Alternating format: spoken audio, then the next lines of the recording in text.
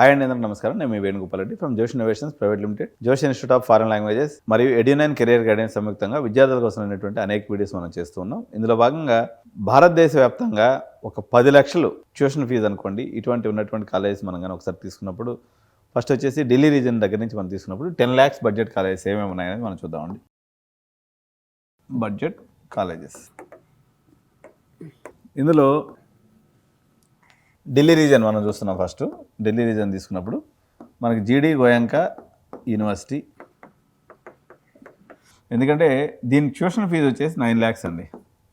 Only tuition fee 9 lakhs. Okay, so next వచ్చేసి SRM university అండి. SRM యూనివర్సిటీలో మీకు స్కాలర్షిప్ బాగుంది కాబట్టి యాక్చువల్ ఫీజు వచ్చేసి 12 లక్షలు ఉంటుంది, కానీ మినిమం ఒక 90% అటు కానీ మీకు ఉన్నట్లయితే ఇయర్లీ 1.5 lakhsలోనే అయిపోతుంది. ఓకే, 90% ఉంటే, ఒకవేళ 80% ఉంటే అప్రాక్సిమేట్గా 225 పడుతుంది. ఓకే, 80% వాళ్ళు ఎక్కువ మంది ఉంటారు కాబట్టి 2 lakhs, 70% అట్లా వాళ్ళకుంటే 2,25,000, 80% ఉంటే 225 per annum పడుతుంది. కాబట్టి అప్రాక్సిమేట్గా ఇది కూడా 10 లక్షల బడ్జెట్ కాలేజ్ ఢిల్లీలో ఎస్ఆర్ఎం యూనివర్సిటీ.